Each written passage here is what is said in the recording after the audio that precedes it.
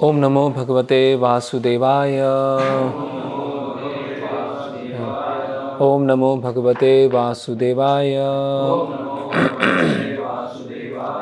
ओम नमो भगवते वासुदेवाय।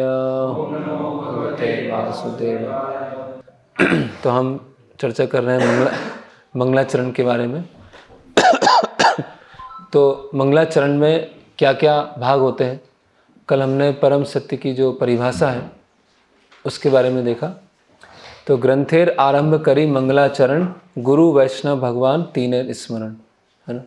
तो मंगलाचरण में क्या होता है कि जो गुरु हैं, जो वैष्णव हैं, हरि गुरु वैष्णव, उनका क्या किया जाता है, स्मरण किया जाता है।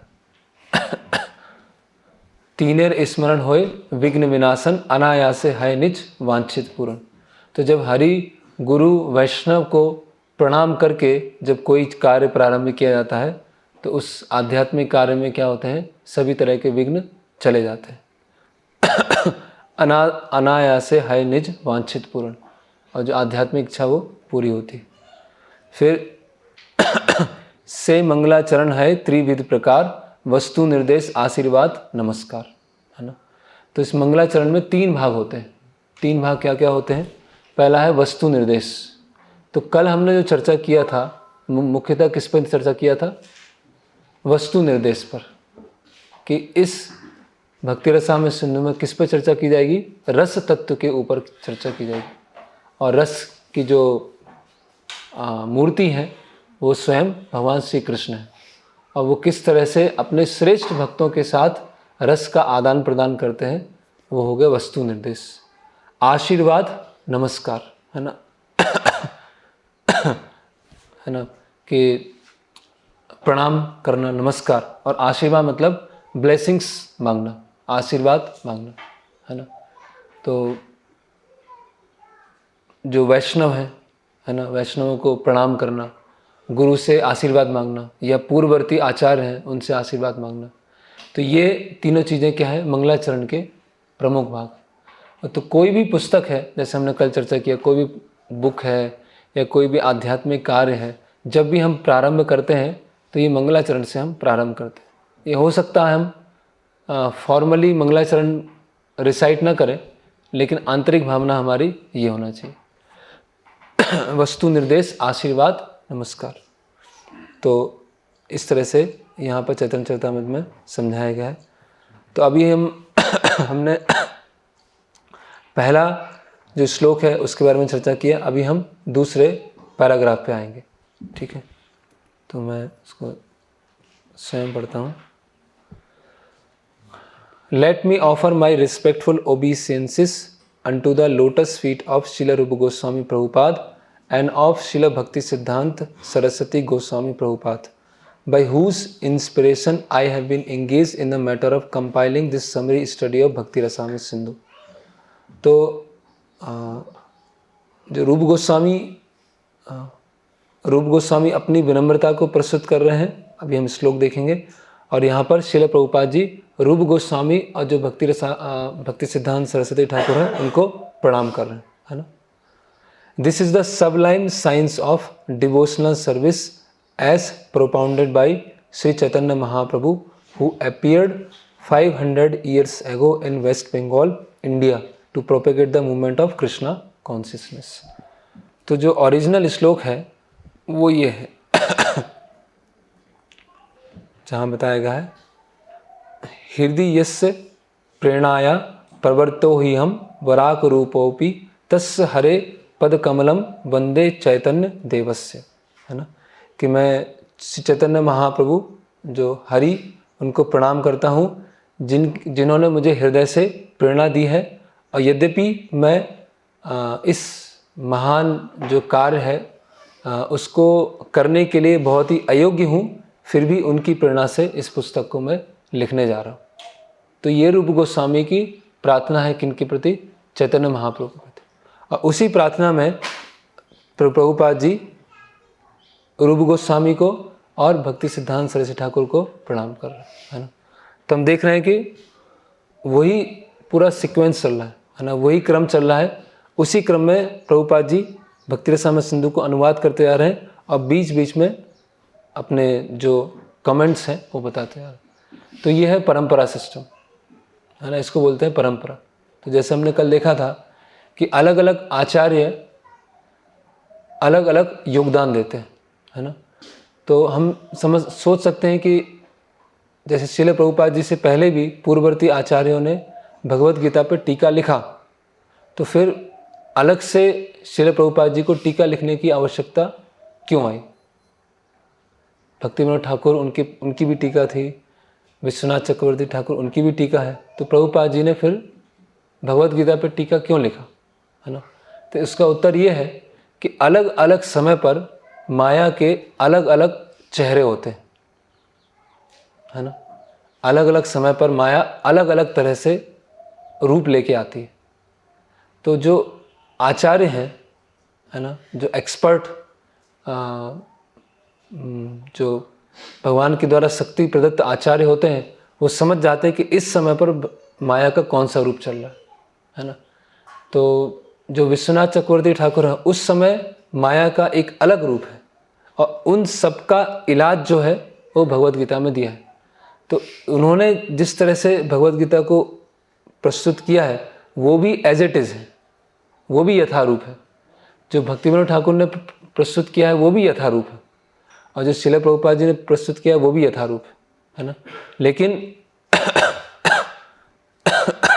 कैसे उन्हीं शिक्षाओं को वर्तमान के समय में जो माया का आवरण है उससे हटाया जाए, इसीलिए समय समय पर आचार्य आते हैं और फिर शास्त्रों पर टीका लिखते हैं, है ना। जैसे गुरु महाराज चैतन्य चरितामृत के ऊपर टीका लिख रहे हैं, भगवत गीता के ऊपर टीका लिख रहे हैं। तो अभी प्रश्न उठ सकता है कि ऑलरेडी प्रभुपाद जी की बुक है तो फिर और लिखने की क्या आवश्यकता है? तो इसकी कई कारण हैं। पहला है कि जब हम प्रभुपाद जी के तात्पर्यों के ऊपर तात्पर्य लिखते हैं तो प्रभुपाद जी के तात्पर्यों की महिमा और बढ़ जाती है ना, कि प्रभुपाद जी के तात्पर्य में कितनी गहराई है कि उसके ऊपर तात्पर्य लिखे जा रहे। और दूसरा है कि ये परंपरा सिस्टम है ना, कि जैसे जो ऋत्विक हैं, ऋत्विक क्या कहते हैं कि हाँ बस प्रभुपाद जी अंतिम गुरु हैं, उसके बाद और कोई नहीं, है ना। क्यों? क्योंकि प्रभुपाद जी के बाद बहुत सारे जो सन्यासी आए वो अपने सन्यास पद पे नहीं रह पाए, उनका पतन हो गया। लेकिन प्रभुपाद जी बहुत सारे शुद्ध भक्तों को उत्पन्न कर सकते हैं, बहुत सारे शुद्ध भक्त बना सकते हैं। और वो जब साहित्यों को लिखेंगे तो अल्टीमेटली अगर शिष्य का गुणगान होता है तो मन में आता है कि ये इनके गुरु कौन है। जैसे हम देखते हैं कि श्रील प्रभुपाद हैं तो श्रील प्रभुपाद का गुणगान किया जाता है तो मन में आता है कि इतने महान आचार्य हैं, इतने महान भक्त हैं, तो उनके गुरु कौन हैं, उनके गुरु कितने महान होंगे। तो शिष्य को देखकर गुरु की महानता और बढ़ जाती है ना। तो इसी तरह से प्रभुपाद जी के बाद आने वाले जो भक्त हैं या सन्यासी हैं, अगर वो पुस्तक लिखेंगे तो उससे प्रभुपाद जी का ही गुणगान होने वाला है, न कि बाईपास कर। तो उसी तरह से प्रभुपाद जी यहाँ पर अपने जो कमेंट्स है इसके साथ मिलाते जा रहे हैं।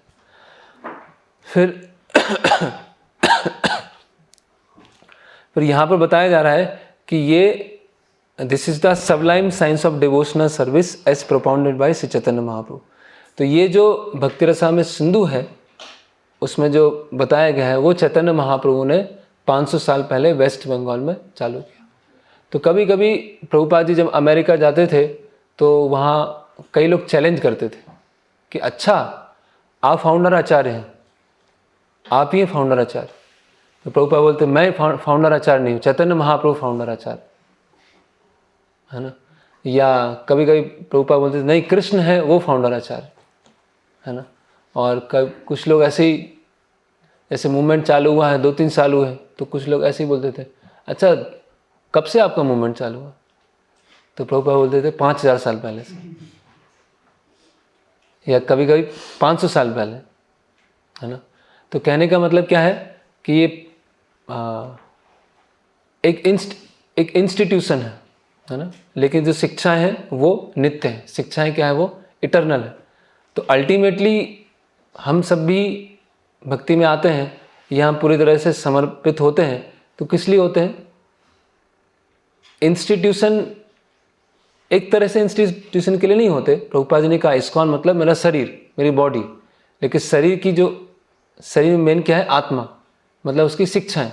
तो हम शिक्षाओं के लिए क्या होते हैं?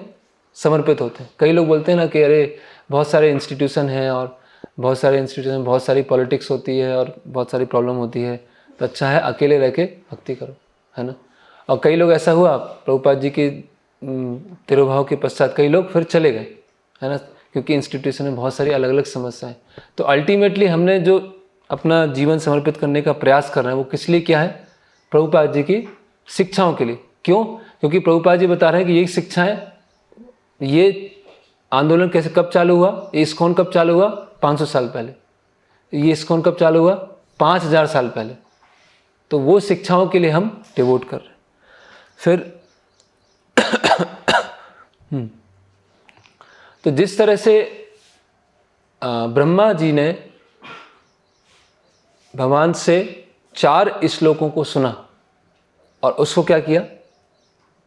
विस्तार किया, इसको एक्सपेंड किया। ऐसे ही हुआ ना, ब्रह्मा जी ने चतुश्लोकी भागवतम सुनी और उसको सुनने के पश्चात क्या हुआ?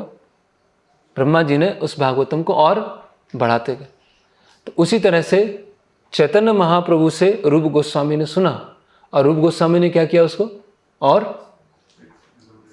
और उसको बढ़ा दिया। तो उसी तरह से रूप गोस्वामी ने जो भक्ति रसामृत सिंधु लिखी है उसके ऊपर भी टीकाएं लिखी गई और उसी के ऊपर प्रभुपाद जी बता रहे। तो ये तो सिस्टम ऐसा नहीं कि पहले से है। जैसे ब्रह्मा जी को 4 श्लोक आए और ब्रह्मा जी ने फिर 4 वेद उनके मुख से निकले और 4 वेदों को फिर व्यासदेव जी ने कंपाइल किया और अलग अलग वेदों को अलग अलग ऋषियों को दिया गया और उन ऋषियों ने वेदों को और एक्सपांड किया।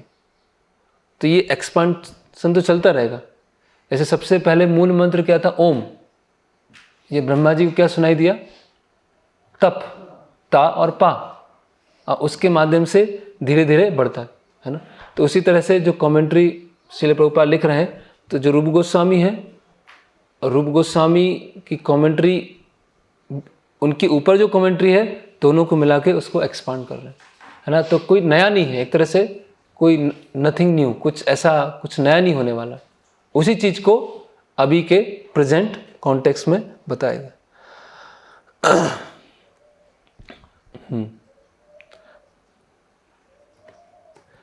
तो यहां पर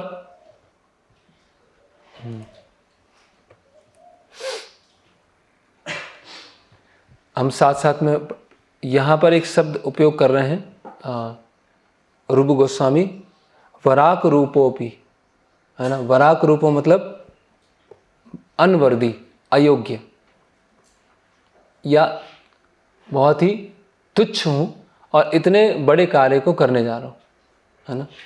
तो उसके साथ साथ में हम ये पढ़ेंगे। तो जीव गोस्वामी यहाँ कमेंट्री लिखते हैं, द वर्ड अपी in this verse indicates that only by the inspiration of Lord, not otherwise, will a person be able to dedicate himself to writing a worthy work, है ना। कि वराक रूपोपि मतलब इतना निम्न होते हुए भी मैं इस कार्य को कर रहा हूँ, इसका मतलब मेरी अपनी कोई व्यक्तिगत योग्यता इसमें नहीं है। भगवान की प्रेरणा से ही, चैतन्य महाप्रभु की प्रेरणा से मैं इस कार्य को करने जा रहा हूँ। तो ये नोट्स सबको मिल जाएंगे। फिर वराक रूपो, very low, out of humility Srila रूप Goswami address himself as such, है ना। But mother Saraswati can not tolerate this, दस शी प्रोड्यूसेस अनदर मीनिंग, वरा the best, so it becomes the best who is clearly indicated as the best, है ना। तो रूप गोस्वामी क्या है? सबसे उन्नत, है ना, सबसे श्रेष्ठ, सबसे निम्न नहीं है, है ना। जैसे हम देखते हैं कि शिशुपाल ने भगवान कृष्ण को अपशब्द बोले और आचार्य वो कमेंट्री लिखते हैं कि नहीं, शिशुपाल ने तो भगवान को ग्लोरीफाई किया, है ना। कि शिशुपाल बोलते हैं कि पता नहीं क्षत्रिय हो या वैश्य हो, तुम्हारा वर्ण ही नहीं पता है ना। मथुरा में जन्म हुआ क्षत्रिय के यहाँ जन्म हुआ तो क्षत्रिय हो, नंद बाबा के यहाँ रहे तो वैश्य हो हो क्या, कौन सा? तो वहाँ पर आचार्य लिखते हैं कि भगवान वास्तव में वर्णाश्रम के ऊपर है, भगवान को वर्णाश्रम से लेना देना नहीं है ना। तो शिशुपाल उल्टा बोला है और आचार्य उसको ग्लोरीफाई कर रहे हैं, है ना। तो विनम्रता में रूप गोस्वामी इस तरह से बता रहे हैं। लेकिन जो आचार्य जीव गोस्वामी कौन है? उनके भतीजे और शिष्य, है ना।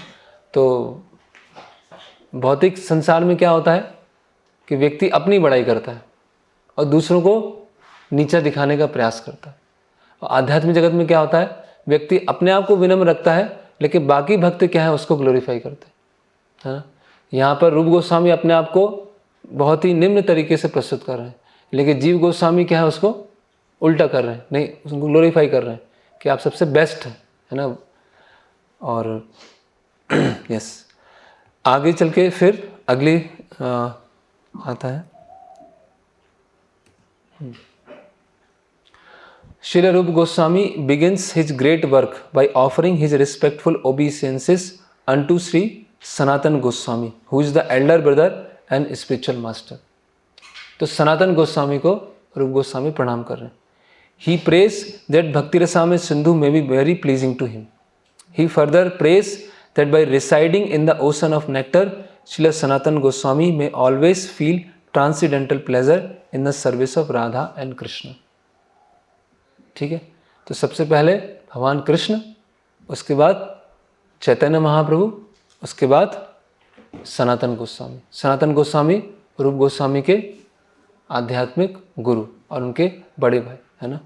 तो जो गुरु हैं उनकी प्रसन्नता के लिए मैं ये पुस्तक लिख रहा हूँ, है ना. ही prays that Bhakti Rasamrita Sindhu may be very pleasing to him, है ना. तो अल्टीमेटली जो भी हम भक्ति में कार्य कर रहे हैं वो किसकी प्रसन्नता के लिए है? गुरु की प्रसन्नता के लिए, है ना. यस्य प्रसादात भगवत प्रसादो यस्या प्रसादात नगतो. तो ये हमारे जीवन का सबसे महत्वपूर्ण सूत्र है ना. जो भी हम आध्यात्मिक कार्य कर रहे हैं, जो भी हम प्रचार कर रहे हैं, जो भी सेवा कर रहे हैं, अल्टीमेटली इस चीज़ से आका जाएगा. यस्य प्रसादात भगवत प्रसादो यस्या प्रसादात नगति को, है ना. ओके, फिर आगे और कोई भक्त पढ़े उस साइड अंश. लेट अस, अभी गुरु भगवान अभी वैष्णवों को प्रणाम करेंगे. Let us offer our respectful obeisances to all the great devotees and acharyas, holy teachers, who are compared to sharks in the great ocean of nectar and who do not care for the various rivers of liberation. Impersonalists are very fond of merging into the supreme, like rivers that come down and merge into the ocean. The ocean can be compared to liberation, and the rivers to all the different parts of liberation. The impersonalists are dwelling in the river water, which eventually comes to mix with the ocean. They have no information, however, that within the ocean and within the river there are innumerable aquatic living entities. The sharks who dwell in the ocean do not care for the rivers, which are gliding down into it. The devotees eternally live in the ocean of devotion service, and they do not care for the rivers. In other words, those who are pure devotees always remain in the ocean of transcendental loving service to the Lord and have no business with the other processes, which are compared to the rivers that only gradually come to. तो यहाँ बताया जा रहा है कि रूप गोस्वामी किनको प्रणाम कर रहे हैं? जो वैष्णवों को और पूर्ववर्ती आचार्यों को. और वैष्णवों को और पूर्ववर्ती आचार्यों की तुलना किससे कर रहे हैं? शार्क मछली से कर रहे हैं. तो शार्क मछली कहाँ होती है? समुद्र में. नदियों में नहीं, नदी में तो नहीं होती. नदी में होती है, नदी में तो छोटी मछली होती है. शार्क कहाँ होती है? समुद्र में. तो नदी की तुलना रूप गोस्वामी किससे कर रहे हैं? मुक्ति से. और भक्तों की तुलना किससे कर रहे हैं? शार्क से. तो जिस तरह से शार्क मछली जो है नदी की परवाह नहीं करती है, उसी तरह से भक्त क्या होते हैं? मुक्ति की परवाह नहीं करते. क्योंकि वो भक्ति रस में पूरी तरह से वो डूबे हुए हैं। तो शार्क मछली पूरी तरह से समुद्र के अंदर है, इसलिए नदी से उसका लेना देना नहीं है। तो हम देखते हैं कि हमारे जो पूर्ववर्ती आचार्य हैं या वर्तमान आचार्य हैं, वो बार बार इस चीज़ पे जोर देते हैं। किस पर? कि इम्पर्सनलिज्म, कैसे इम्पर्सनलिज्म का खंडन करना। तो भक्ति रसामृत सिंधु में भी बहुत सारी जगह, बहुत सारे ऐसे श्लोक आएंगे जिसमें मायावाद का खंडन किया गया, क्योंकि मायावाद और रस ये दोनों क्या है? विपरीत है। जहाँ पर मायावाद आ गया, जहाँ पे इम्पर्सनलिज्म आ गया, वहाँ पे रस खत्म हो गया। क्योंकि इम्पर्सनलिज्म मतलब एक मतलब अभी रस का आदान प्रदान कहाँ होगा, है ना? तो भक्तों की तुलना शार्क से की गई है। तो इसमें हम लिख सकते हैं 3 कारणों से शार्क से की गई। ये पूरा पैराग्राफ में दिया हुआ। क्योंकि भक्त है भक्ति रसामृत सिंधु में पूरे डूबे हुए, मतलब जो भक्ति से आनंद प्राप्त होता है उसके समुद्र में वो है, इसीलिए शार्क से तुलना की गई, पहला। दूसरा है वो नदी की परवाह नहीं करते, मतलब मुक्ति की परवाह नहीं करते, मतलब जन्म मृत्यु से निकलने की भी उनको चिंता नहीं है। वो तो भक्ति रस के सिंधु में गोते खा रहे हैं, वो तैर रहे हैं।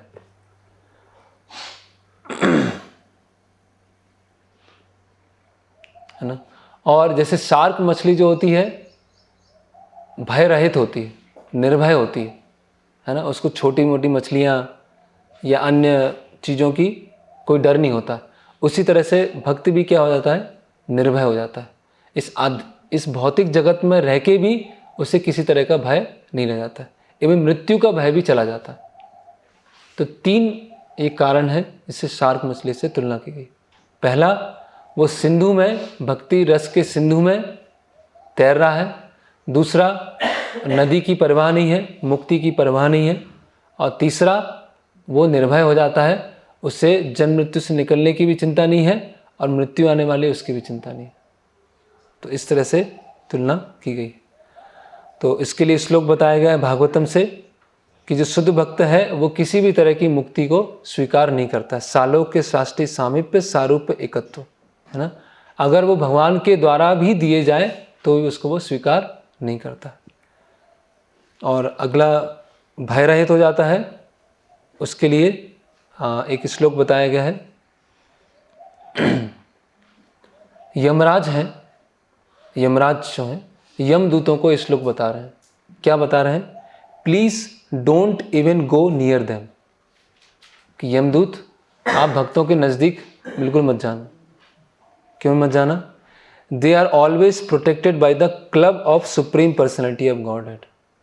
वो गदा के द्वारा सुरक्षित है भक्त।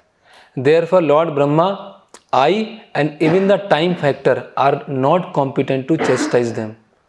ब्रह्मा जी, स्वयं यमराज और जो समय, वो भी भक्तों को दंड नहीं दे सकते, है ना? क्योंकि वो निर्भय हो जाते हैं, है ना?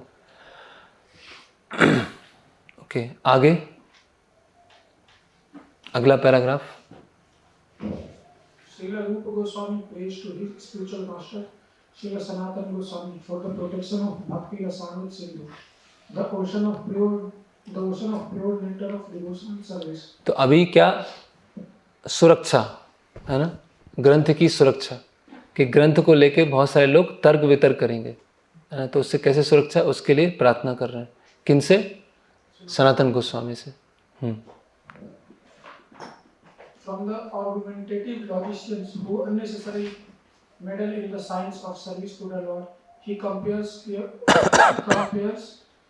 arguments and logic to volcanic eruptions in the midst of the ocean. In the midst of the ocean, volcanic eruptions can do very little harm. And similarly, those who are against devotional service to the Lord and who put forward many philosophical theses about the unlimited transcendental realization cannot disturb this great portion of devotional service. तो ये भक्ति रसामृत सिंधु जो सिंधु है, जैसे सागर है, समुद्र है, उसमें वो है ज्वालामुखी है। कहाँ पर है ज्वालामुखी? उसके बॉटम में, सतह पर, नीचे है। तो ज्वालामुखी फटेगा तो क्या होगा? कुछ होगा? कुछ फर्क पड़ेगा? कुछ ही फर्क नहीं पड़ेगा। उसी तरह से जो भक्ति के विरुद्ध आर्ग्यूमेंट, तर्क वितर्क करने वाले हैं, प्रभुपाद जी किनका लिख रहे हैं? आर्ग्यूमेंटेटिव लॉजिशियन, है ना, जो भक्ति के ऊपर अलग अलग तरह का आर्ग्यूमेंट करने वाले हैं। उनके आर्ग्यूमेंट कैसे हैं? जैसे समुद्र की सतह पर, समुद्र के नीचे ज्वालामुखी फट रहा है। तो जैसे मीमांसा होती है ना, मीमांसा मतलब लॉजिक, लॉजिशियन। तो लॉजिक ऐसा चीज़ होता है कि एक बार प्रभुपाद जी के शिष्य थे श्रुति कीर्ति प्रभु, तो वो जा रहे थे प्लेन में।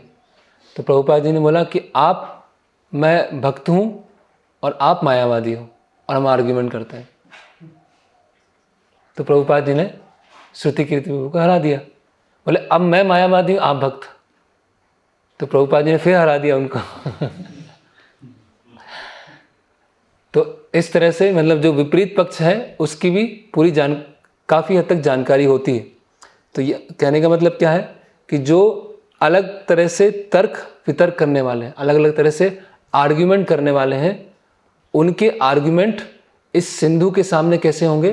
जैसे बुलबुले टाइप में, कि ज्वालामुखी फटा पानी के अंदर और कोई असर नहीं हो। तो ये आर्ग्यूमेंट्स किसी भी तरह से इस भक्ति रसामृत सिंधु को कुछ क्षति नहीं पहुंचा पाएंगे, कुछ नुकसान नहीं पहुंचा पाएंगे। क्यों? क्योंकि समुद्र क्या है? बहुत बड़ा है। अगर तालाब के अंदर वो होता ज्वालामुखी तो क्या हो जाता? थोड़ा असर पड़ जाता, तालाब ही सूख जाता। या झील के अंदर होता तो झील सूख जाती है। लेकिन ये क्या है? समुद्र है। भक्ति रस अमृत का क्या है? सिंधु है। तो आर्ग्यूमेंट भी कुछ चलेंगे नहीं। ओके, अभी आगे बताया जा रहा है कि एक प्रचारक का क्या मूड होना चाहिए। यस, और कोई पढ़े?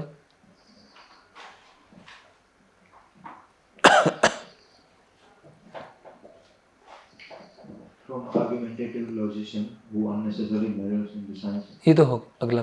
The author of Bhakti Rasamrita Sindhu, Sri Goswami, very humbly submits that he is just trying to spread Krishna consciousness all over the world, although he humbly thinks himself unfit for this work. That should be the attitude of the old preacher of Krishna consciousness movement, following in the footsteps of Sri Goswami. We should never think of ourselves as a great preacher, but should always consider that we are simply instrumental to the previous Acharya. And simply by following in their footsteps, we may be able to do something for the benefit of suffering humanity. तो प्रभुपाद लिख रहे हैं, that should be the attitude of all preachers of Krishna consciousness movement, simply instrumental to the previous Acharya. तो हमें simply क्या बनना है? Instrument बनना है ना। जो पूर्ववर्ती आचार्य हैं उनका इंस्ट्रूमेंट बनना है ना। जैसे इंस्ट्रूमेंट उपयोग करते हैं, है ना, कई चीज़ों, जैसे ऑपरेशन है तो उसमें इंस्ट्रूमेंट उपयोग किया जाएगा। तो इंस्ट्रूमेंट में अगर जंग लगी हुई है, जितना शार्प होना चाहिए उतना इंस्ट्रूमेंट शार्प नहीं है, कुछ टेढ़ा है, तो क्या होंगे? उसको हटा देंगे, उसको डिस्कार्ड कर देंगे, है ना। तो उसी तरह से अगर अनर्थ है या हम अनर्थ को बना के रखे हैं तो पूर्ववर्ती आचार्य क्या हमें अपने मिशन में उपयोग नहीं करेंगे, है ना। तो ये एक्चुअली हम सेवा कर नहीं रहे हैं, हमें सेवा में लगाया जा रहा है। अगर हमको छोड़ दिया जाए तो हम तो सेवा करेंगे नहीं, ऐसी हमारी स्थिति है। तो वास्तव में हमें सेवा में लगाया जा रहा है। हमें जो पूर्ववर्ती आचार्यों का मिशन है, उस मिशन को पूरा करने का प्रयास करना, है ना। अगर हम सोचें कि हमारी वजह से हुआ, अगर हम नहीं हैं तो कुछ होगा नहीं, तो वो क्या हो जाएगा? फिर हम ये नहीं समझे कि हम पूर्ववर्ती आचार्यों के हाथ का इंस्ट्रूमेंट। करेक्ट? जैसे अभी हम इस्कॉन में नहीं हैं, इस्कॉन संस्था से नहीं जुड़े हैं, और हम कहीं पर कुछ कलेक्शन करने जा रहे हैं, तो कोई हमको देगा कुछ? कोई हमको कुछ देने वाला है कि हाँ आपको 10,000 दे दिया, आपको 51,000 दे दिया, आपको 1 लाख डोनेशन दे दिया, नहीं देगा वो। हमको कोई डोनेशन क्यों दे रहा है? क्योंकि वहाँ पर लिखा हुआ है फाउंडर आचार्य his divine grace AC Bhaktivedanta स्वामी प्रभुपाद, वो लिखा हुआ है और इस्कॉन लिखा हुआ, इसीलिए हमको वो डोनेशन मिल रहा है। करेक्ट? ऐसा तो नहीं कि हम अपने कुछ स्किल से या अपने हम कितना भी स्किल्स हों, कितना भी हम बोल रहे हैं, लेकिन हम जो कुछ लेके आएंगे तो वो हमारे उस पर नहीं है, क्योंकि वो पूर्ववर्ती आचार्यों के कारण हमको मिल रहा है। ऐसे भक्त हैं, है ना, कि हम जब प्रचार करते हैं तो बहुत सारे भक्त जुड़ते हैं, बहुत सारे भक्त ज्वाइन भी करते हैं, बहुत सारे गृहस्थ भक्त बनते हैं। तो उसमें हम सोचें कि हमारे कारण हो रहा है वो, हमने इतने सारे भक्त बना दिए, इतने सारे लोगों को भक्ति में लेके आए। तो हमारी तो कोई फिलॉसफी थी नहीं, हमने कोई भगवत गीता लिखी थी, हम अपनी भगवत गीता लिख के उस पर कॉमेंट्री लिख के डिस्ट्रीब्यूट करने गए थे, या हमने प्रिंट कराई थी। जब प्रिंट हो रही थी तो वहाँ हम खड़े हुए थे कि हाँ मैंने लिखी है, मैंने एडिट किया है, मैं उसको डिस्ट्रीब्यूट करके अब भक्त हूँ। करेक्ट? और हम कोई प्रवचन है तो कहाँ प्रभुपाद की बुक्स हैं, उससे पढ़ के ही हम कुछ दे रहे हैं, या हम किसी को प्रचार में समझा रहे हैं। करेक्ट? तो अगर हम प्रभुपाद और इस्कॉन से नहीं जुड़े हैं तो फिर हमारी स्थिति क्या होगी? जैसे प्रभुपाद जी बताते हैं कि जैसे उंगली है, तो उंगली का जब तक शरीर से जुड़ी है उसका मूल्य है। अगर वही उंगली शरीर से निकल जाए तो धीरे धीरे क्या हो जाएगी, वो खराब हो जाएगी, है ना। तो भगवान की और पूर्ववर्ती आचार्यों का परफेक्ट इंस्ट्रूमेंट बनना, है ना। जैसे उदाहरण बताते हैं कि जैसे आयरन है, जैसे लोहा है, तो लोहा एकदम साफ है तो चुंबक से क्या हो जाता है, मैग्नेट से तुरंत अट्रैक्ट हो जाता है। लेकिन अगर उसी लोहे में जंग लगी हुई है, वो लोहा में कुछ खराब हो गया तो वो क्या होगा, वो अट्रैक्ट नहीं होगा, है ना। तो उसी तरह से अगर हमारे अंदर अनर्थ है या अनर्थों को हम बना के रखे हैं तो वो जो कृष्ण है या कृष्ण कॉन्शियसनेस है उससे हम अट्रैक्ट नहीं होंगे, या जो भी हमारे संपर्क में आएंगे वो भी हमारे जैसे ही होंगे, हमारे जैसे स्तर पर रहने वाले, है ना। तो ये हमारा कि हम जैसे महाराज वो जय श्रील प्रभुपाद बुक में लिखते हैं कि हर समय हमें प्रभुपाद जी का स्मरण करना चाहिए, है ना। सोने से पहले, उठने के बाद, प्रसाद लेने से पहले, स्नान करने से पहले, धोती पहनते हुए, लेक्चर देने से पहले, कुकिंग करने से पहले, प्रसाद लेने से पहले, हर समय प्रभुपाद जी का स्मरण, कि अल्टीमेटली हमें जो भी मिल रहा है वो प्रभुपाद के कारण मिल रहा है। इवन हम प्रसाद भी ले रहे हैं किसी दिन का, तो वो क्यों है, वो डोनेशन आया या अलग अलग सामान आया, वो क्यों आया, प्रभुपाद। आज हम में से कोई 5 भक्त चले जाएं और खुद अपना चालू कर लें तो हम देखें फिर क्या क्या होने वाला है, इतनी आसानी से होगा कि नहीं होगा। तो वो सब जो आसानी से हो रहा है, आराम से हो रहा है, वो किन के कारण हो रहा है, वो श्रील प्रभुपाद के कारण हो रहा है ना। तो जैसे वो कोई वायर है, तो वायर अगर सही है तो उससे करंट क्या होगी, सही तरह से फ्लो होगी। अगर वायर में प्रॉब्लम है तो करंट क्या हो जाएगी, प्रॉपर तरीके से फ्लो नहीं होगी।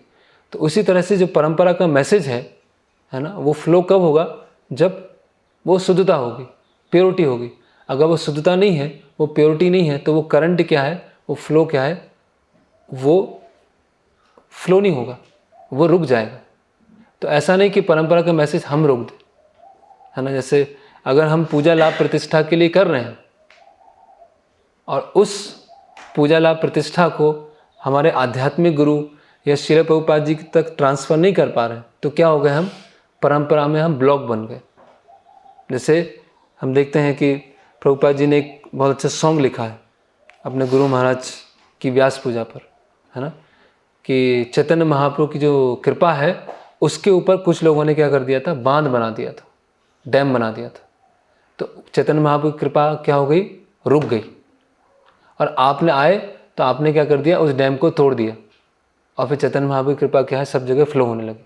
तो किसने डैम बना दिया था, कास्ट गोस्वामी, कास्ट ब्राह्मण, इन लोगों ने क्या कर दिया था, इन्होंने अपने हाथ में पूरा चैतन्य महाप्रभु का आंदोलन ले लिया था कि गुरु यही बन सकते हैं, गुरु ब्राह्मण बन सकते हैं, ये जो कास्ट में है। और भक्ति सिद्धांत से ठाकुर ने आके उसको पूरा चेंज कर दिया, उसको प्रॉपर कर दिया। तो इसी तरह से ये बहुत महत्वपूर्ण, जैसे हम देखते हैं जब ऑपरेशन होता है तो डॉक्टर खड़े होते हैं, डॉक्टर के पास में नर्स होती है, उनके हाथ में इंस्ट्रूमेंट होते हैं। तो डॉक्टर का और जो नर्स है, ये बाकी लोगों का इतना अच्छा ट्यूनिंग होता है कि डॉक्टर वहाँ पे कुछ बोलता नहीं है कि मुझे अभी ये चाहिए, मुझे ये चाहिए, अभी ये लेके आओ, क्योंकि वहाँ पे समय नहीं है। वहाँ थोड़ी बोलेंगे अभी आप ये इंस्ट्रूमेंट लेके आओ, फिर वो ढूंढ रहे हैं कि वो ढूंढ के फिर लेके आ रहे हैं, वो व्यक्ति मर जाएगा तब तक। वो तो केवल हाथ करते हैं, और जो वहाँ पे नर्स होते हैं, असिस्टेंट होते हैं, वो इंस्ट्रूमेंट रख देते हैं। तो वो जो डॉक्टर है और जो उसका वो जो स्टाफ है, उसका ट्यूनिंग इतना अच्छा होता है कि डॉक्टर को बोलने की आवश्यकता नहीं होती है, और वो स्टाफ समझ जाता है कि अभी इसको इस स्टेज पर इस इंस्ट्रूमेंट की आवश्यकता है, और उसके हाथ में रख देते हैं। तो इसको बोलते हैं परफेक्ट ट्यूनिंग। तो इसी तरह से श्रील प्रभुपाद की शिक्षाएं और जो पूर्ववर्ती आचार्य उनकी शिक्षाओं के साथ हमारा परफेक्ट ट्यूनिंग होगा, तो हम समझ पाएंगे कि अभी हाँ, अभी क्या करना है, अब क्या करना है, अब क्या करना है ना।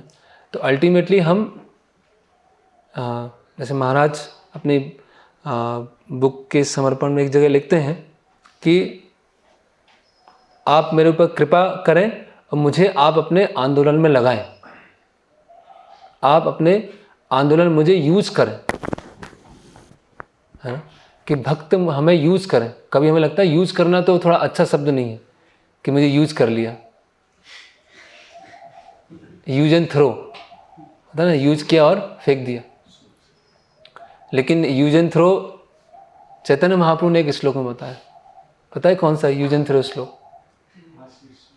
आश्लेष्य वा पादरताम पिनष्टु माम अदर्शनाम मर्मताम करोतु वा यथा तथा वा विदधातु लंपटो मत प्राणस्तु सएव ना पर, है ना। कि ये श्लोक कौन सा? यूज एंड थ्रो श्लोक, कि भगवान ने यूज किया और फेंक दिया, है ना।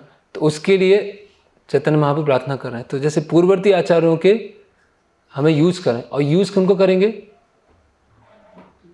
अगर कुछ गलत इंस्ट्रूमेंट को यूज कर लिया तो किसका नाम खराब होगा? डॉक्टर का नाम खराब होगा। तो पूर्ववर्ती आचार्य भी उन्हीं को यूज करते हैं जो परफेक्ट इंस्ट्रूमेंट होते हैं, एकदम इन लाइन होते हैं, जिनका ट्यूनिंग एकदम बैठा होता है। तो इस तरह से हमें एक डिजर्विंग कैंडिडेट बनना है ना। First deserve then desire. तो परफेक्ट इंस्ट्रूमेंट कब बन पाएंगे? जब वो उसको डिजर्व करेंगे, उसके लिए हम योग्य बनेंगे। उसके लिए योग्य बनेंगे तो आचार्य हमको यूज करें। प्रभुपाद जी जब जलदूत पे जाते हैं तो क्या प्रार्थना करते हैं? जब बॉस्टन पहुंचते हैं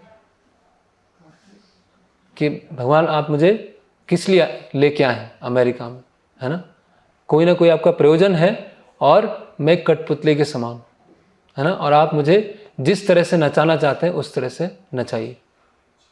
तो कठपुतली मतलब पूरी तरह से जो जिसके हाथ में है वो उसके पूरे कंट्रोल है। तो उसी तरह से पूर्ववर्ती आचार्य और श्रील प्रभुपाद का हमें परफेक्ट इंस्ट्रूमेंट बनना है। फिर आगे बढ़ते हैं। तो यहाँ पर मंगलाचरण पूरा हो गया, ठीक है। तो क्या क्या है मंगलाचरण में? भगवान कृष्ण, अखिल रसामृत मूर्ति, फिर चैतन्य महाप्रभु, फिर सनातन गोस्वामी, फिर पूर्ववर्ती आचार्य, फिर ग्रंथ की सुरक्षा और एक प्रचारक का एटीट्यूड। तो ये मंगलाचरण पूरा हो। अभी इस पुस्तक के विभाग क्या है उसके बारे में बताएंगे। तो जिनके पास हिंदी में है तो पेज क्रमांक 399 399,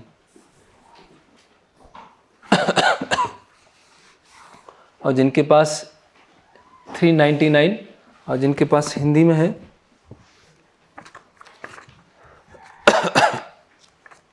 वो पेज 462, वहाँ पर पूरा डिवीज़न बताया गया है, और ये सब भक्त इस डिवीज़न को याद कर लें। विभाजित कर दिया जाता है। इसके हर भाग में विभिन्न अनुभव हैं।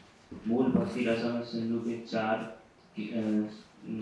सिंधु में सागर की भांति पूर्व, दक्षिण, पश्चिम तथा उत्तर के 4 भाग हैं, और इन विभागों के अनुभाग लहरों के रूप में हैं। जिस प्रकार सागर में विभिन्न लहरें पश्चिम, दक्षिण, पूर्व या उत्तर दिशाओं में सदैव उठती रहती हैं, उसी प्रकार भक्ति रसम सिंधु में भी अनेक लहरें हैं। प्रथम भाग में 4 लहरें हैं, जिनमें से पहली लहर भक्ति के सामान्य वर्णन के विषय में, दूसरी लहर तो पहली, तो ये 4 विभाग हैं, पूर्व, पश्चिम, उत्तर, दक्षिण। तो हम किस पे चर्चा करने वाले हैं? पूर्वी विभाग पर। तो पूर्वी विभाग ऑलरेडी चालू हो गया है और उसका मंगलाचरण हो गया। तो अभी जिसमें पहली वेव है, पहली तरंग है, तो हम 4 तरंगों पर चर्चा करेंगे। तो पहला क्या है? सामान्य भक्ति, शुद्ध भक्ति या उत्तम भक्ति या प्योर डिवोशनल सर्विस, वह है सामान्य भक्ति, जिसको श्रील प्रभुपाद जी ने इंट्रोडक्शन में रखा है, उसके लिए अलग से चैप्टर नहीं दिया है।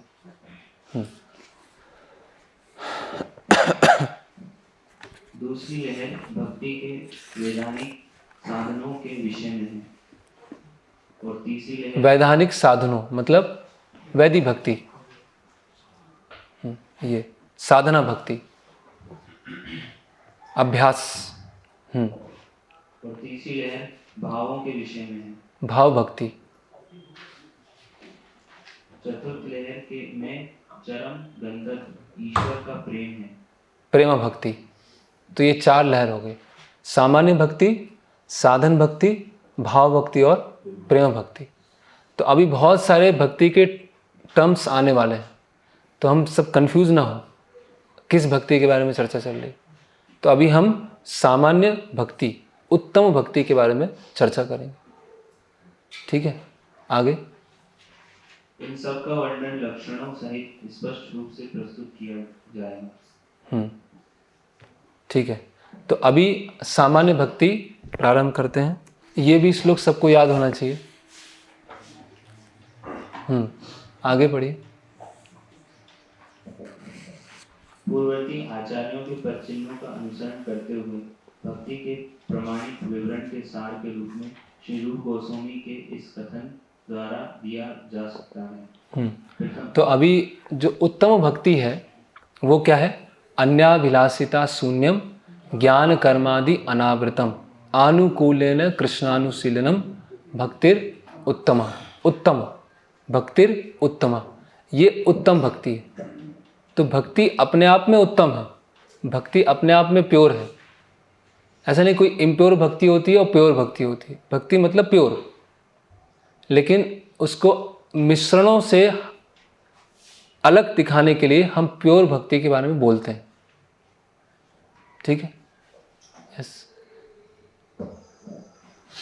प्रथम कोटि की भक्ति कृष्ण भावनामृत में पूरी तरह से लगे रहकर भगवान की अनुकूल सेवा करने की प्रवृत्ति है। तो यहाँ पर प्रभुपाद जी लिख रहे हैं प्रथम कोटि की भक्ति। प्रथम कोटि मतलब उत्तम भक्ति। ठीक है, कृष्ण भावनामृत में पूरी तरह से लगे रहकर। तो कृष्ण भावनामृत में पूरी तरह से लगे रहकर मतलब कृष्णानुशीलनम, भगवान की अनुकूल सेवा करने की प्रवृत्ति है, मतलब आनुकूल्येन। तो ये भक्ति जो है उसको 2 लाइन में रूप गोस्वामी समझा रहे हैं। तो प्रभुपाद जी ने जो नीचे वाली लाइन है उसको परिभाषित किया। ठीक है, तो भक्ति के 2 लक्षण होते हैं, एक होता है स्वरूप लक्षण, एक होता है तटस्थ लक्षण। तो स्वरूप लक्षण मतलब जिसको भक्ति कहते हैं वो है स्वरूप लक्षण, और तटस्थ लक्षण मतलब जिसको भक्ति नहीं कहते हैं वो तटस्थ लक्षण। तो रूप गोस्वामी पहली लाइन में बता रहे हैं क्या भक्ति नहीं है या क्या सावधानी रखना है, और वास्तव में भक्ति क्या है वो दूसरी लाइन में बता रहे हैं।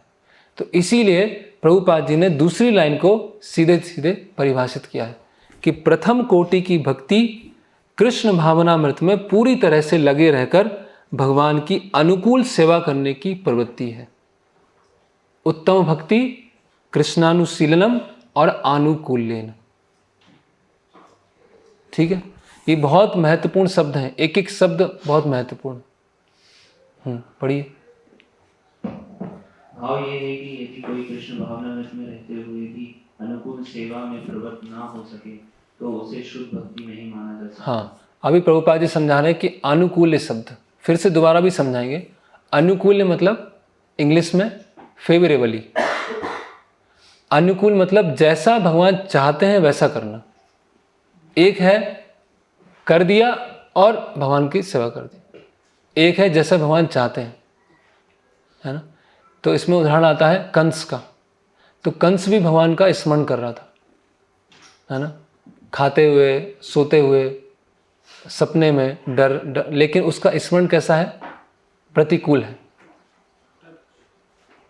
करेक्ट, उसका प्रतिकूल है, इसके लिए वो भक्ति नहीं कहलाएगी। उसी तरह से मायावादी है।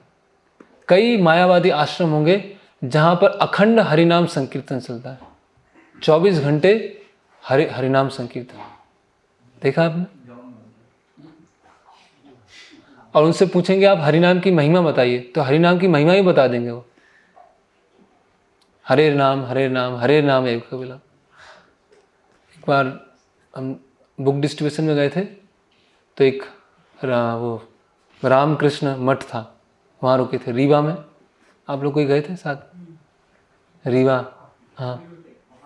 तो वहाँ पर उनको बताया कि हाँ हरिनाम लेना चाहिए, हाँ हरिनाम लेना चाहिए। शास्त्रों में हरिनाम के बारे में, हाँ हरिनाम के बारे में। तो साथ में लेते हैं, हाँ साथ में लेते हैं, क्योंकि मायावादी के सब सेम है, हरिनाम लो या ना लो। तो वो हरिनाम, लेकिन उनके अंदर क्या चल रहा है कि हम हरिनाम लेकर अल्टीमेटली वही बन जाएंगे, भगवान बन जाएंगे। तो ये सब क्या है? इसलिए मायावादियों के द्वारा नाम लेना या मायावादियों की तरह भक्ति करना वो क्या है? प्रतिकूल। अनुकूल न कृष्णाशील नहीं हुआ, वो प्रतिकूल हो गया, है ना। ऐसे एक बहुत फेमस बैंड है, कोई कृष्णदास, अमेरिका में बहुत फेमस कृष्णा सॉन्ग गाता है, हरे कृष्ण महामंत्र गाता है ना। ये बहुत सारे हरे कृष्ण महामंत्र बहुत सारे सिंगर के मिल जाएंगे, जगजीत सिंह का मिल जाएगा, हैं, अनूप जलोटा का मिल जाएगा, सोनू निगम का मिल जाएगा, बहुत लोगों के मिल जाएंगे, वो भी हरे कृष्ण महामंत्र गा रहे हैं, है ना। तो उनका क्या हम सुन सकते हैं? उनका सुनना चाहिए, जगजीत सिंह का, या वो जो कृष्णदास है, कितनी मधुर आवाज़ है, लेकिन क्या है? अनुकूल प्रवृत्ति नहीं है ना। अनुकूल मतलब जैसा भगवान चाहते हैं वैसा नहीं है, वो एक एंजॉयमेंट के लिए, वो कैसा है? एक भोग करने के लिए। क्या हो?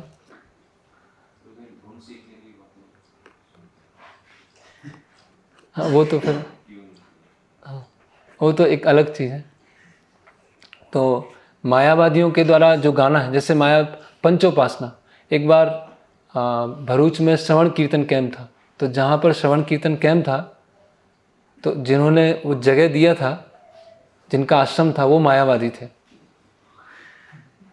तो अंतिम दिन था, तो गुरु महाराज उनके आश्रम में गए, और फिर वो जो वहाँ के जो साधु जो भी थे वो बैठ गए, तो वो कुछ चर्चा करना चाह रहे थे।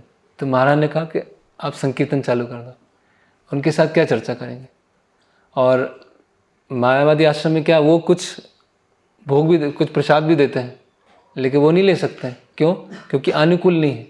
लेकिन अगर हम प्रसाद देते हैं तो मायावादी ले लेते हैं। क्यों? क्योंकि सब कुछ एक है, आप बनाओ मैं बनाऊं, बात तो एक ही है। तो ऐसी पंचोपासना में गणेश, सूर्य, दुर्गा, शिव जी, विष्णु, पंचोपासना, है ना। तो उनके लिए विष्णु क्या है? एक डेमी गॉड में से एक है, देवताओं में एक है, तो वो भी हरि नाम लेंगे। ऐसे कई जगह है हरे कृष्ण महामंत्र ही जप करते हैं। हो सकता है जितना अच्छी तरह से कंसंट्रेशन के साथ हम नहीं करते हो, वो लोग करते हो, लेकिन उनका क्या है? वो अनुकूल नहीं है, प्रतिकूल। तो ये फेवरेबल, ये बहुत इंपॉर्टेंट है। जैसा भगवान चाहते हैं वैसा उस तरह से करना, केवल नाम जप करना। इसीलिए तो भक्ति की पूरी परिभाषा है ना। केवल नाम जप करना ही अपने आप में वो नहीं है ना। इसलिए प्रभुपाद जी किस पे जोर देते थे? कोई आए तो ऐसा नहीं कि उसको तुरंत हरि नाम कराना है, उसको पहले कुछ समझाना है, तो उसको पता चले हरिनाम क्यों है? नहीं तो भारत में तो हर कोई हरिनाम कर लेगा। भारत में आप बोलो माला जप करो, आज फेस्टिवल है, आज ये है, हाँ ठीक कर लेते हैं, चलेगा। लेकिन उसके अगर पहले श्रवण नहीं किया और पहले ही कीर्तन जप करना चालू कर दिया तो वो क्या होगा, फिर वो आनुकूल्य नहीं रहेगा।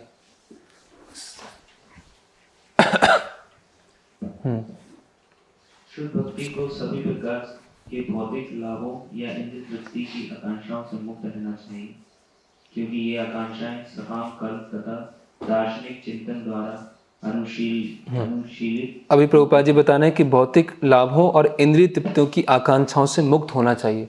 तो क्या बता रहे हैं? अन्याभिलाषिता शून्यम। सामान्यतः लोग विभिन्न कार्यों में इसलिए लगे रहते हैं कि उन्हें भौतिक लाभ हो और दार्शनिक जन वाक्चाल तथा चिंतन के द्वारा दिव्य अनुभूति प्राप्त करने में लगे रहते हैं। तो कर्म का आवरण होता है और ज्ञान का आवरण होता है। शुद्ध भक्ति ऐसे सकाम कर्मों तथा दार्शनिक चिंतनों से सर्वथा मुक्त होनी चाहिए। मनुष्य को राग अनुभव भक्ति द्वारा किसी आचार्य से कृष्ण भावनामृत या शुद्ध भक्ति सीखनी चाहिए। तो शुद्ध भक्ति को सकाम कर्मों से और दार्शनिक चिंतनों से सर्वथा मुक्त होना चाहिए। ज्ञान कर्मादि अनावृतम। किसी तरह की भौतिक कामना नहीं होना चाहिए, इंद्रिय तृप्ति की, सकाम कर्म और दार्शनिक चिंतन से मुक्त होना चाहिए। जैसा भगवान चाहते हैं उस तरह से कृष्ण की सेवा करना चाहिए, तब ये पूरा क्या होता है, उत्तम भक्ति होता है। ये संक्षिप्त रूप में प्रभुपाद जी ने एक पैराग्राफ में समझा दिया, इसी श्लोक का अनुवाद। अभी इसी को प्रभुपाद जी काफ़ी विस्तार से बताएंगे। तो थोड़ा सा और हम लेते हैं अनुशीलन के बारे में कि अनुशीलन क्या है। ठीक है, जैसे अनु, उसमें दो शब्द हैं, एक है अनु और दूसरा है शीलनम। यस, एक्चुअली तीन शब्द हैं, कृष्ण, अनु और शीलनम। This devotional service is a sort of cultivation. तो अनुशीलनम को प्रभुपाद जी क्या ट्रांसलेट कर रहे हैं? कल्टीवेशन। हम बोलते हैं ना हम कल्टीवेशन कर रहे हैं, तो ये सब कहाँ से आए, ये सब टर्मिनोलॉजी कहाँ से आई? प्रभुपाद बुक से आई ना कि ये कल्टीवेशन कर रहे हैं, है ना। कोई कल्टीवेशन मतलब कोई एक्टिविटी कर रहे हैं, कोई कार्य कर रहे हैं। मतलब रूप गोसाई बता रहे हैं भक्ति कोई निष्क्रियता नहीं है, भक्ति क्या है, अनुशीलनम है। भक्ति मतलब क्रिया करना, और क्रिया भी नहीं कि कैसे भी कर लिया, हाथ पैर मार लिए। प्रभुपाद उसको और रिफाइन कर रहे हैं, कल्टीवेशन। जैसे एक पौधे का कल्टीवेशन किया जाता है, उसका खाद है, उसका पानी है, मौसम है, कीड़े हैं, खरपतवार है, उन सब चीज़ का ध्यान रखा जाता है कल्टीवेशन करते समय। उसी तरह से जब हम खुद प्रचार करते हैं, मतलब किसी को प्रचार करते हैं या खुद साधना करते हैं, तो वो क्या है, कल्टीवेशन। उसमें टेम्परेचर कितना है, धूप आ रही कि नहीं आ रही, मौसम है कि नहीं, मतलब कई चीज़ों को ध्यान में रखते हुए एक्टिविटी की जाती है। केवल एक्टिविटी नहीं, अंधाधुन नहीं चल रहे हैं कि अंधाधुन काम चल रहा है, साधना है, सेवा, वो बहुत सारी चीज़ों को ध्यान में रखते हुए एक्टिविटी की जाती है। तो इसमें ये पूरा पैराग्राफ है अभी से जो चालू होता है, उसकी हर लाइन इंपॉर्टेंट है, हर लाइन। फिर से उसी को पढ़िए। This devotional service is a sort of cultivation. तो ये क्या है, एक भक्ति क्या है, एक तरह का cultivation. It is not simply inaction for people who like to be inactive but devote their time to silent meditation. हाँ, तो कोई निष्क्रियता नहीं है, इंद्रियों को खत्म करना नहीं है, इंद्रियों की एक्टिविटी को और बढ़ाना है, निष्क्रियता नहीं है। Yes. There are many different methods for people who want this, but cultivation of Krishna consciousness is different. The particular word used by Srila Rupa Goswami in this connection is Anushilana, or cultivation by following the predecessors, teachers, acharyas. हाँ, तो शीलनम मतलब कार्य करना और अनुशीलनम मतलब पूर्ववर्ती आचार्यों का फॉलो करते हुए एक्टिविटी करना। तो अनु मतलब फॉलो करना। क्या फॉलो करना? पूर्ववर्ती आचार्यों को। शीलनम मतलब एक्टिविटी, कल्टीवेशन। तो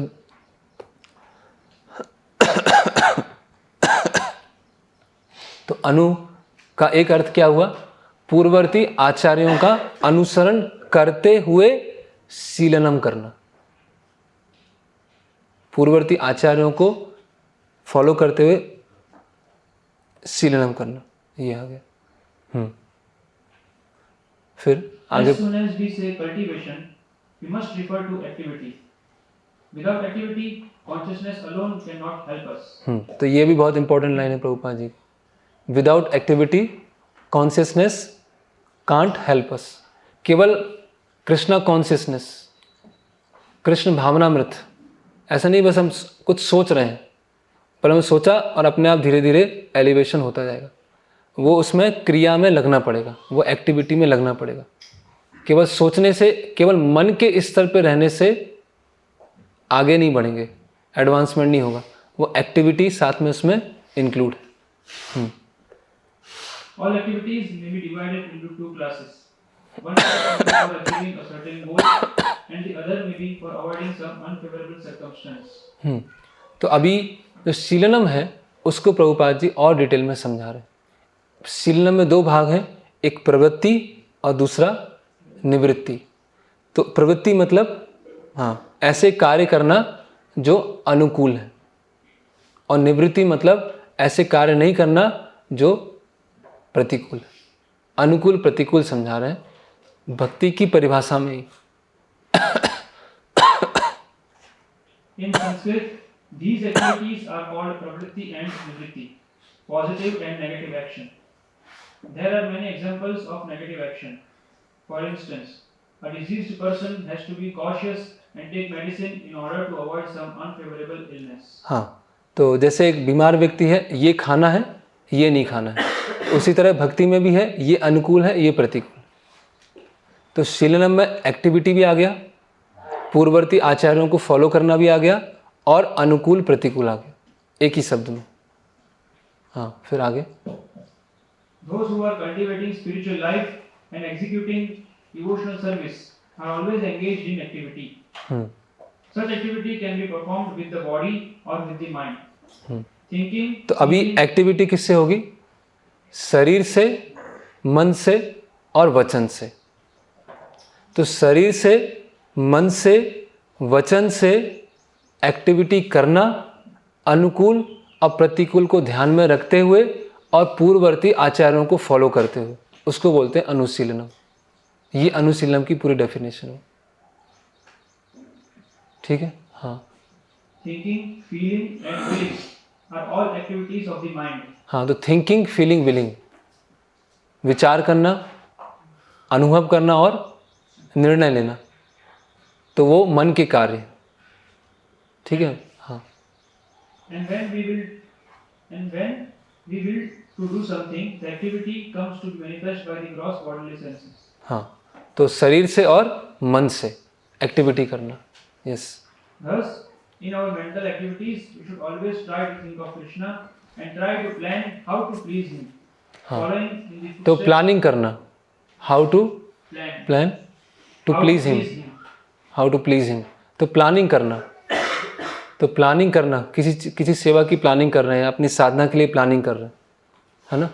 अभी ये पूर्ववर्ती आचार्यों ने नहीं बताया प्लानिंग, ये जीव गोस्वामी नहीं समझा रहे हैं कि प्लानिंग करना चाहिए, लेकिन प्रभुपाद जी बताते हैं प्लानिंग करना चाहिए, मीटिंग करना चाहिए। तो ये सब चीज़ें क्या है? अनुशीलनम का ही भाग है, ये कल्टीवेशन का ही पार्ट, कि कृष्ण की सेवा के लिए प्लान करना, अपनी साधना के लिए प्लानिंग करना। प्लानिंग करना मतलब मन का कार्य है, और मन क्या है? एक इंद्रिय है, तो वो एक्टिविटी कर रहा है। Yes. Following in the footsteps of the great acharyas and the personal spiritual master. तो अभी प्रभुपाद जी अनु शब्द समझा रहे हैं। There are activities of the एक मिनट। तो पहले तो पूर्ववर्ती आचार्यों के बारे में बताया, और फिर प्रामाणिक गुरु के निर्देशन में।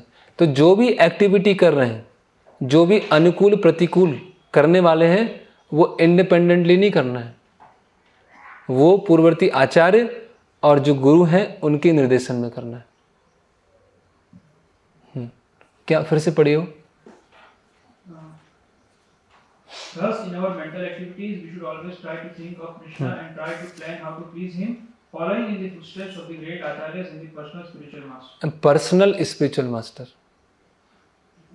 ऋत्विक को प्रभुपाद जी ने उड़ा दिया।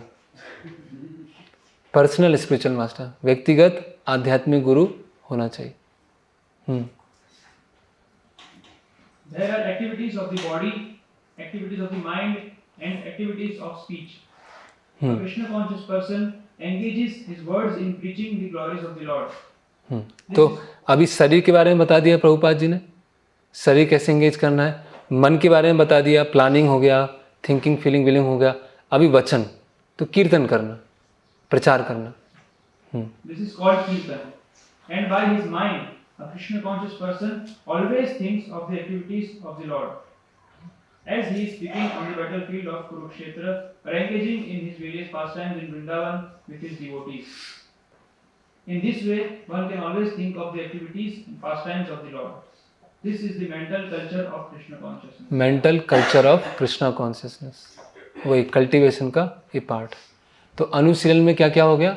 अनु और शीलनम। अनु मतलब पूर्ववर्ती आचार्य और वर्तमान गुरु, उनके निर्देशन में शीलनम करना। शीलनम मतलब शरीर, मन और वचन से कार्य करना।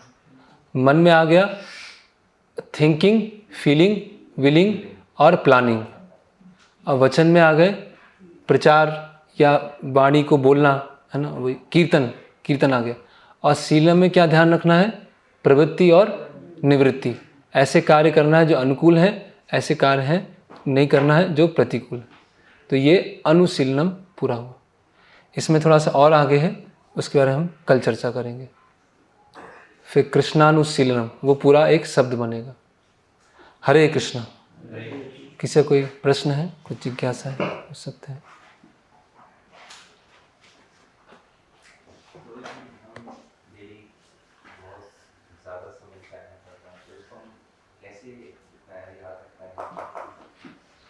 उसको बार बार फिर रिवीजन करना है, फिर पढ़ना है, फिर सुनना है, पालन करना है। पालन करने से याद रख पाएंगे। अगर थ्योरेटिकली याद भी रख लिया तो कुछ समय के बाद भूल जाएंगे। और हम इससे कम से कम इतना तो पता चल जाएगा कि प्रभुपाद की बुक्स में कितनी सारी चीज़ें हैं जो हमारे पास में ही है, हमारे रूम में रखा हुआ है, हमारे बुक स्टॉल पे है, लेकिन अगर हमने पढ़ा नहीं है तो कितनी बड़ी चीज़ें हम मिस कर रहे हैं, कितनी बड़ी चीज़ें खो रहे हैं। ओपन सीक्रेट है प्रभुपाद जी की बुक्स।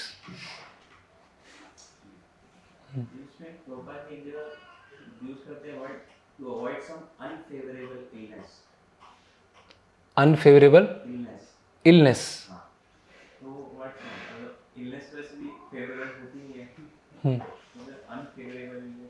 कहाँ पे यूज किया है?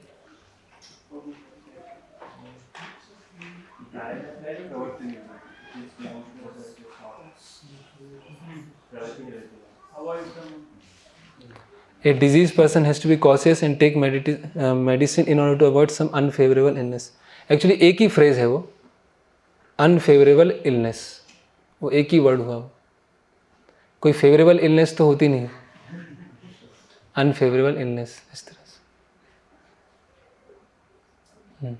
हरिनाम को देखा में तो कि मायावादी भी ले रहे हैं और बहुत सारे लोग हरिनाम ले रहे हैं, लेकिन उनकी भावना अलग है, कारण उन्हें वो लाभ नहीं मिलेगा।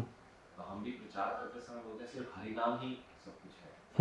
आप हरिनाम देते हैं, लेकिन उसके बाद ये भी बताना बहुत जरूरी है कि हरिनाम की महिमा क्या है, हमें किस प्रकार से फेवरेबली भगवान के सामने लगता है। यस, नहीं तो वो अपनी इच्छाओं को बढ़ा के अगर हरिनाम कर रहा है तो उससे भी लाभ नहीं होगा। यस, ऐसा है। हाँ।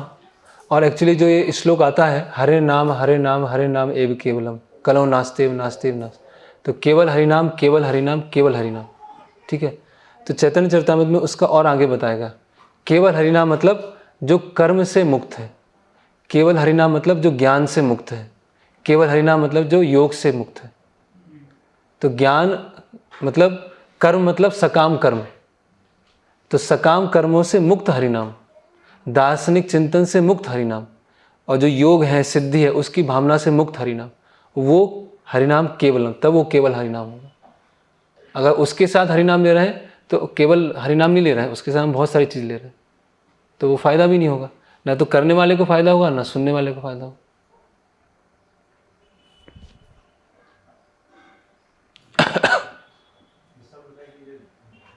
भारतीय जितने भी जगदीश सिंह और ये सब भी हरिनाम लेते हैं, तो उससे प्रभु ने कुछ स्वीकृति मिली। सुकृति कब मिलती है? जब शुद्ध भक्तों से हरिनाम सुनते हैं। ये शुद्ध भक्तों के द्वारा किया हुआ कुछ कार्य है, उसमें हम सहयोग कर देते हैं या उनके हम प्रसाद लेते हैं। जैसे आप किसी मायावादी मंदिर में गए और वहाँ पर प्रसाद भोग लगाया और प्रसाद मिला, तो उस प्रसाद को खाने से सुकृति मिलेगी? नहीं, इसका उत्तर दीजिए। वो लेने से सुकृति मिलेगा? क्यों नहीं मिलेगा? क्योंकि प्रसाद है ही नहीं। आपने किन को अर्पण किया, उनके बारे में जानते नहीं। तो उसी तरह से जो मायावादी जो हरिनाम ले रहे हैं, वो तो अपराध कर रहे हैं। मायावादी कृष्ण अपराधी, वो कोई सुकृति नहीं मिलेगी।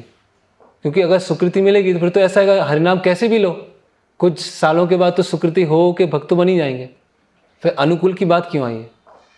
अनुकूल ने कृष्णाशीलम क्यों आया? तो सुकृति नहीं मिलेगी, वो उनका अधोगति हो रही है, अपराध कर रहे हैं। वो भगवान के नाम को उपयोग कर रहे हैं अपने दार्शनिक चिंतन और सकाम कर्मों में।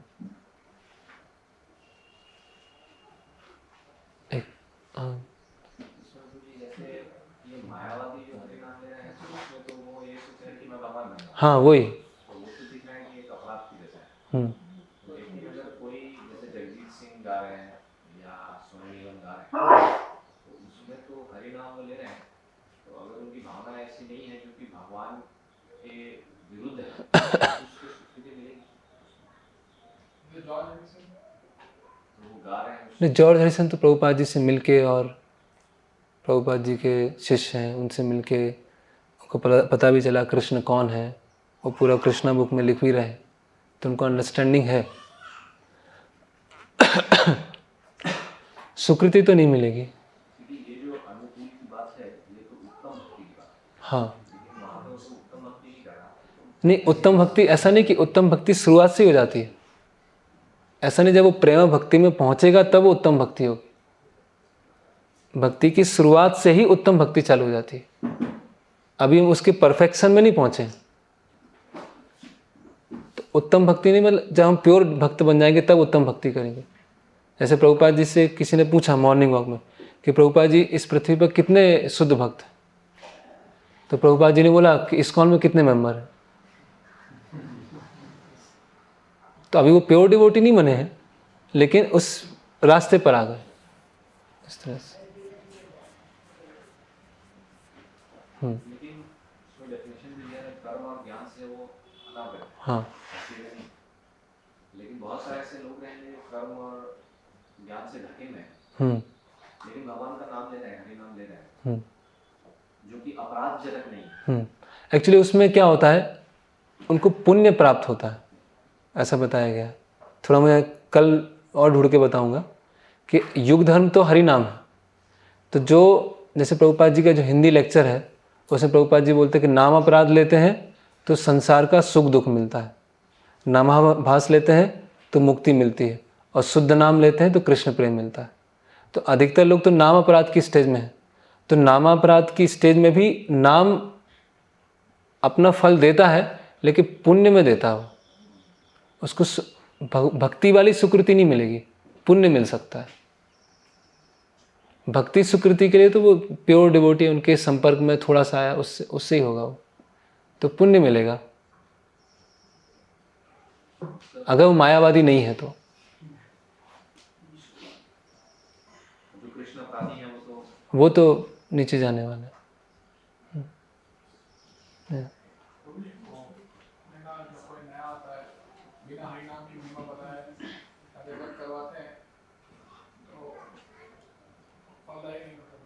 फलदायक मतलब वो क्या है, वो प्रॉपर अप्रोच नहीं है। कभी कभी होता है कि हम बोलते हैं कि आप नाम जप कीजिए, मतलब ऐसा नहीं कि वो गलती हो गया पूरी तरह से, लेकिन हम उसको जो भी प्रचार में हम कर रहे हैं उसको इसमें इनकरेज करना है कि पहले वो समझे फिर हरि नाम करे। कभी कभी हम किसी को जोड़ने के लिए बोलते हैं कि ठीक है आप एक माला कीजिए, लेकिन हमारा फोकस यही होना चाहिए कि पहले वो समझे, समझ के माला करे।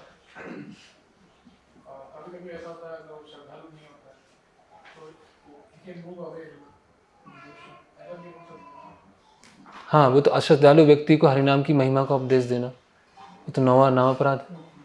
तो नाम की महिमा तो बताएंगे नहीं, थोड़ा हल्का फुल्का उसको बता देंगे, भगवान है, भगवान की शक्तियाँ हैं, ये हरिनाम इस तरह से है, बहुत महिमा नहीं बताएंगे।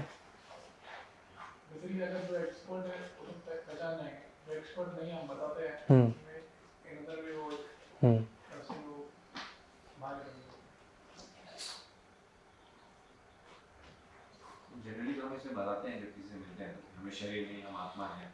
हाँ, वही बेसिक, इंद्रिय तृप्ति नहीं करना है, हमें उनका दास बनना है। हाँ, यहाँ से भौतिक जगत दुखालयम है, तो ये सब संबंध ज्ञान है। उसके बाद फिर हम हरिनाम बताते हैं तो वो सही चल रहा है। इन सब चीज़ों को समझने के हाँ, लिए हरिनाम। हरिनाम की, यस। ऐसे वृंदावन में भी जब अनाउंसमेंट होता है तो बाद में अलग से रूम में ले जाते हैं जब कराने, तो पहले वो 15-20 मिनट थोड़ा प्रवचन देते हैं, बेसिक बताते हैं, फिर एक माला कराते हैं। लेकिन केवल बैठा के माला कराना वो अच्छा नहीं। नहीं, हरिनाम की महिमा और बेसिक भगवत गीता फिलॉसफी कि मनुष्य जीवन दुर्लभ है, 84 लाख योनियों के बाद मिलता है, फिर अलग अलग युग धर्म होते हैं, कलयुग का युग धर्म क्या है, इस तरह से।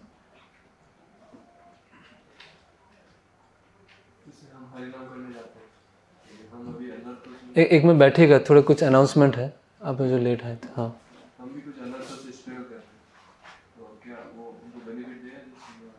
अगर हम अनर्थों को बना के रखे हैं तो फिर जिस स्थिति में हम हैं उसी स्थिति में उनको बेनिफिट देगा। लेकिन अनर्थों से निकलने का प्रयास कर रहे हैं तो सही है, तो उनको मतलब सही तरह से फ़ायदा देगा। नहीं, वो तो वैसा रहता है, अपराध भी होता है, कभी नामाभास भी रहता है, इस तरह से। हरिनाम के ऊपर कभी हम अलग डिस्कस करेंगे, क्योंकि भक्ति रसामृत सिंधु में आने वाला है 10 अपराध के बारे में चर्चा होगी। अभी शुद्ध भक्ति की जो परिभाषा है उस पर हम फोकस रहें कि अनुशीलनम और अनुकूलन, अनुकूल तरीके से हरिनाम लेना, नहीं तो फिर डाइवर्ट हो जाएंगे। वो तीनों स्टेज के बारे में हम चर्चा करेंगे, नाम अपराध, नामाभास, अजामिल, वो सब चर्चा हो। ठीक, हरे कृष्ण। श्रील प्रभुपाद की, भक्ति रसामृत सिंधु की, श्रील रूप गोस्वामी प्रभुपाद की जय।